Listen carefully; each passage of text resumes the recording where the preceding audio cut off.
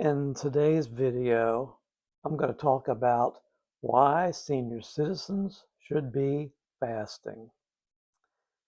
I'm going to talk about the importance of fasting, that it's the most important, maybe the most important thing that you do in improving your health. I'm going to talk about why you should fast, how to do it safely, and I'm going to show you that it's a lot easier than you think. My name's Eric, and I am a certified life coach. And now that I'm in my 60s, I have become a senior health coach. And I'm all about being here for you to help you learn ways to improve your health, the way you feel, improve your diet, your lifestyle, fitness activities, um, and just talk about all kinds of things so that, so that together we can be well. Um, Everything I say today is not to be considered a medical advice. It's only my opinion. You should always consult with your doctor whenever you're changing your diet or your physical activity and your lifestyle. I'm not sure that I trust what a lot of doctors out there are telling their patients, but I have my opinion about that too. So, what is fasting? Well, fasting is abstaining from something. We typically think of fasting as abstaining from food. Um, and in this case, that's what we're going to be talking about. But there's fasting from other things. I've done uh, YouTube fasting. I would tell my wife on a Sunday afternoon, that's it. I'm not getting on YouTube for the next 7 days. I'm not going to view anything on YouTube. I'm not going to listen to anything on YouTube. I'm not going to open up the YouTube app and scroll through my my feed. Um, so it's a fast. I'm fast. I'd be fasting from YouTube, and when I do that, really what I mean is social media. I wouldn't get on Facebook or um, I don't really do Instagram, but you know what I mean. There's TikTok and X and there's all kinds of things out there. Um, so that's one kind of fasting. But today we're going to talk about abstaining from food. And, this is an ancient practice. Um, the Hebrews, the people of the Jewish faith, um, practice fasting um, several times a year. They have certain required fasts and then other fasts that I think are optional. So they might do a fast from sundown until sundown the next day. So it's like a 25-hour fast. I think there's two of those a year. Also, there are shorter fasts. So they would eat their evening meal and then they would fast after that. So basically from sun up to sundown.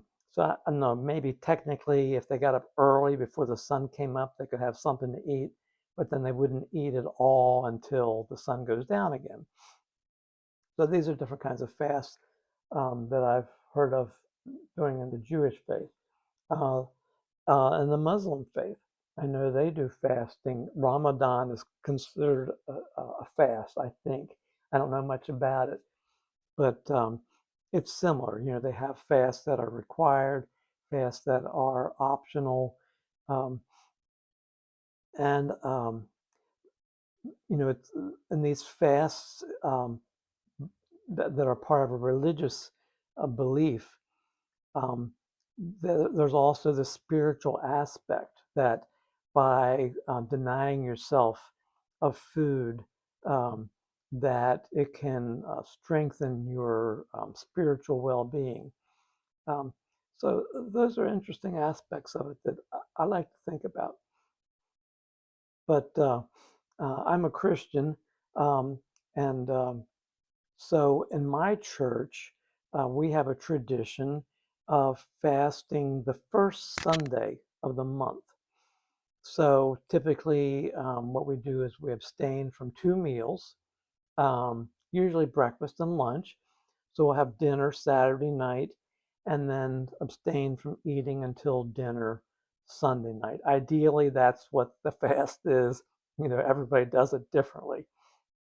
And then the idea is, besides the spiritual benefits of fasting, drawing you closer to God, um, what in my church, what we do is the money we would spend on those meals that we abstained from, that money we would donate to the poor and the needy. Um, so, we would actually donate it to the church. It would go in a special fund so that those uh, funds could then be administered to people who are in need. So I like that too. But, you know, historically, fasting was a religious event, but we're learning, excuse me, that fasting is so good for our physical health as well. Now, um, if if you've ever done any fasting, whether it's a religious fast or you've just tried to abstain from food to lose weight or to improve your health, do me a favor and let me know in the comments about that. Just if you have fasted, you can just put yes. If you've never done any fasting ever before in your life, go in the comments and say no. Um, I'm really interested in seeing what all of you have to say about that. So there are different kinds of fasting for your health. There's intermittent fasting. Um, so that would mean that you would, I may not have these exactly right, but it would mean that you would uh, be fasting, um, say, every day. The one's called one meal a day, OMAD, that's what they call it. So I think that's an intermittent fast. So every day you only eat one meal. And people will do that for prolonged periods of time as a way to improve health, lose weight, things like that. Excuse me. I need to get a drink. It's a little bit of seltzer water and lemon juice. It's really yummy. No sweetener in it. There's time restricted eating. So this could be anything from, well, I'll just eat in a certain, I have an eating window in the day. So I might say I'm going to eat from noon until 6 p.m. And after 6 p.m., I won't eat anything, won't put anything in my mouth. And then when I wake up in the morning, I won't eat anything until noon. So that's an eating window. And that's actually what they call that, a 18-6 intermittent fast or time restricted fasting. Those terms are kind of interchangeable in my mind, but that's another kind of fast. There's 24-hour fasts. So let's say you eat dinner tonight, then you won't eat tomorrow until supper time. And remember, I mentioned that that's one kind of fasting that traditionally was a religious fast. Some people extend their fasting longer. Some people do 48-hour fast for 2 days or 72 hours fast for 3 days. I watched a YouTube, some young guy, I don't know if he was just trying to boost his YouTube channel or what, but he was on YouTube and he was doing a 7-day fast. And all he did was drink water. And every day he's documenting, how he's doing and how miserable he feels after a few days. And then after that, he starts feeling good. And that was kind of interesting, but I don't recommend it. For a younger person, it might be fun to try. So those are different kinds of fasting. Um, some other things to think about. Well, we'll talk about that later. So, what are the health benefits of fasting? Why are we doing this? Um, it's going to lower your blood sugar. So, if food's not coming in, your blood sugar goes down, your pancreas doesn't need to secrete insulin, you're lowering inflammation. Um, and if you do fasting, some kind of fasting regularly over a period of time, it can risk um, the chance of diabetes. If you have diabetes, doing fasting along with an altered diet, which we can talk about sometime, could actually um, get rid of the diabetes. So you would no longer have it, no longer have to take medicines or even insulin. Again, you would want to do that under a doctor's supervision, but that's something I'd like to talk about sometime. Um, Another health benefit is reduces inflammation in your body. Inflammation from improper food, improper diet, lack of exercise can be, in your skin, your brain, your internal organs. Just it can affect all kinds of things in your body. Um, Another benefit of fasting would be weight loss. You can shed pounds. Um, if it's not done properly, you might lose muscle and fat. And then if you stop doing that, this is the roller coaster diet. Stop doing that, then you gain your weight back. Have you ever done that? You go on a diet, you lose weight, and then you get off the diet and you gain the weight back. Well, the serious problem with that, other than it's frustrating, is that when you're losing the weight, it's probably losing fat and muscle. But then when you gain the weight back, it's primarily fat. So that becomes a steady decline in your lean body tissue, your muscle. And that can have long term effects, especially for us seniors, on brain health and overall health, your ability to move and function and walk and um, things like that. So, fasting also can burn fat. And I'd love to talk to you sometime about some specific diet plans, protocols that you can follow so that you can burn fat but maintain muscle by using some of these fasting uh, techniques that are safe um, and easy to do. Um, and another benefit of fasting is if you're doing it on some regularity, you're learning self-control. You're learning to control your body and your appetites and your desires. And this can, flow over into other things in your life. Maybe you have a problem with a bad temper. So if you learn to control your eating through fasting, you can learn to control your temper. Or, I know a lot of our population has a problem with pornography. Maybe it could help with that. Um, Binging on different things. You may not think it's a problem that you binge on watching movies or series on television, but if you think it might be a problem, or you think your partner has a problem with that, maybe fasting would be a way to help you gain greater self control over these urges and desires. So I know that's an interesting twist, but that's the way my brain works sometimes. um, Hey, if you're finding this interesting or informational or even amusing, would you click that like button? Just gently press that like button and let me know that you think this is worthwhile for you to watch. So, I want you to know that fasting can be easy, easier than you think. You think, oh man, I'm so hungry. I can't wait until my next meal.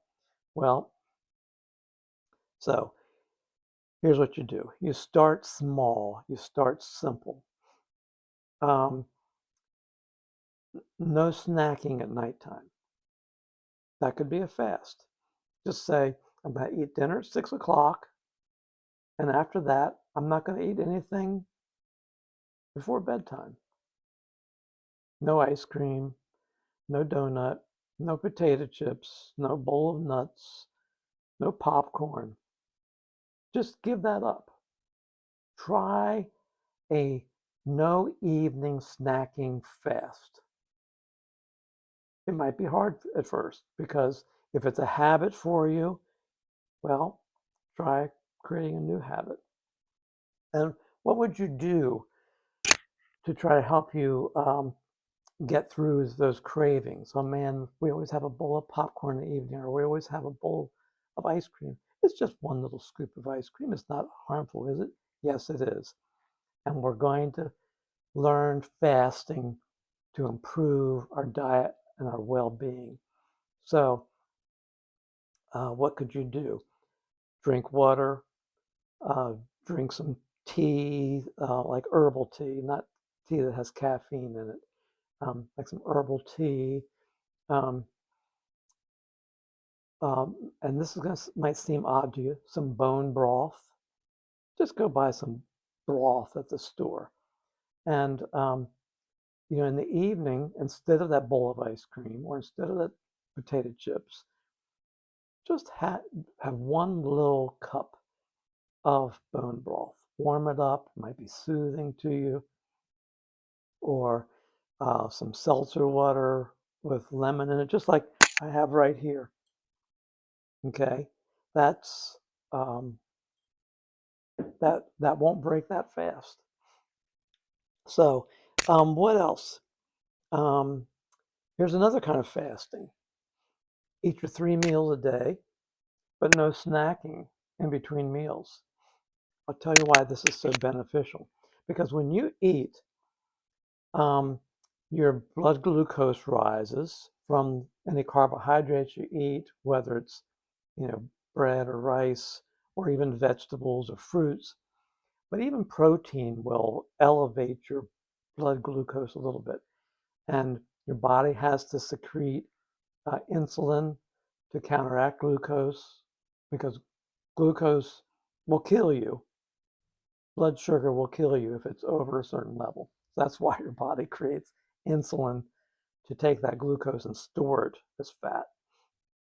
So, what you want to do is, so after you eat, uh, your insulin levels, your glucose levels increase, your insulin increases, and then over about 4 hours, it comes back down. And that's an area where you're going to have low inflammation in your body. You want to be there. But if you're snacking, if you have a snack between breakfast and lunch, that insulin level is going to go up and it's going to stay up. And then you're going to have lunch and it's still going to be up. And you're going to have a snack in the afternoon, it's still up. You have dinner, it's still up. Now it's going to take a long time for that insulin level to go down. You want your insulin level to settle down in between meals. This is a healthy practice. Now, you say, but I get hungry after a couple hours. Okay, put more protein into your diet and less sugary things like, you know, um, less starchy things. Cut out the bread and rice and the pasta and all that. Try that. Do something different. Just eat more protein. You'll find it's more satisfying, keeps you full longer.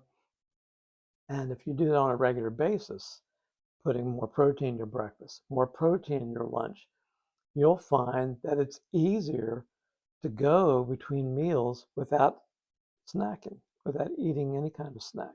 And you think, well, what about a piece of fruit? No, this is a type of fast that you could try. Okay, so now for some more serious fasting, skip a meal. I remember when my father was living, um, he was concerned about being overweight. He wanted to lose some weight. So he just skipped lunch. He had breakfast and then he wouldn't eat again until dinner time. And he lost some weight. So, you could try that. Just skip a meal, whether it's lunch or breakfast.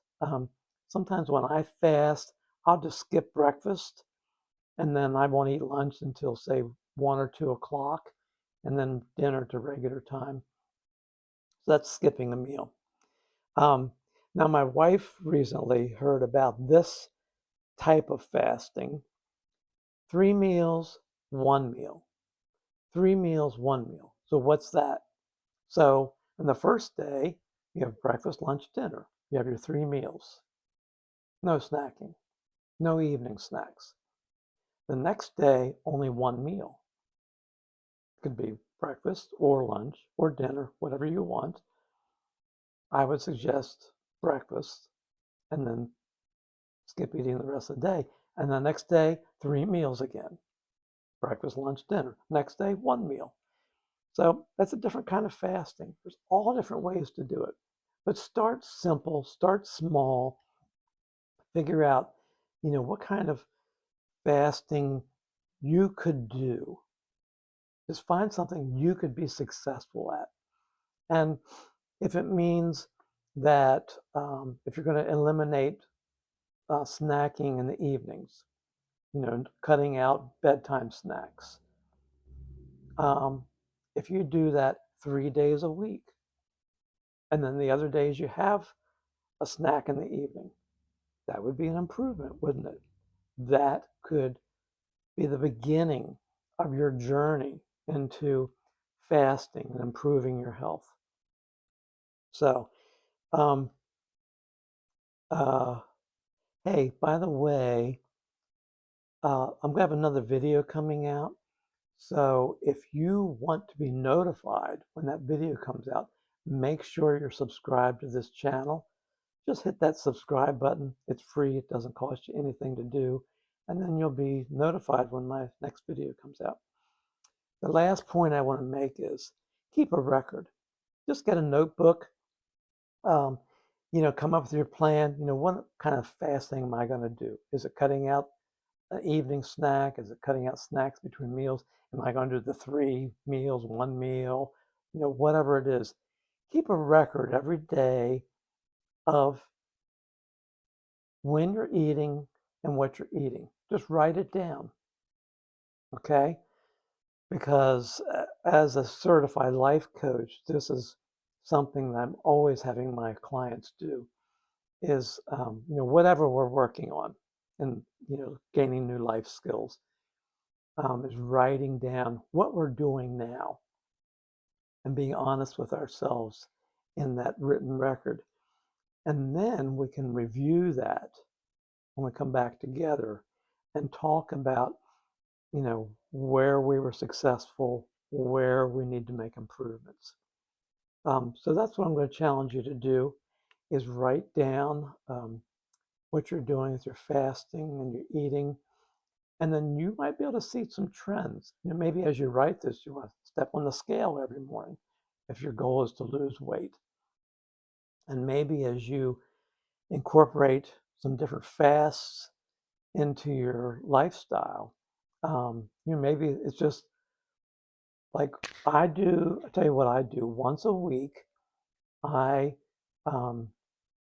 there's one day a week that I eliminate breakfast and I have that late lunch, like I mentioned to you. I won't eat lunch until like 1 or 2 o'clock, and then I'll have dinner. It's just, just extending that time from night into the day that I'm fasting before I eat my first meal of the day. I do that once a week. And as I told you, once a month at our church, we give up 2 meals on that Sunday, the first Sunday. Um, so just write these things down, keep a record, and see how that works for you. I'd love to hear from you as you try these things and get your feedback.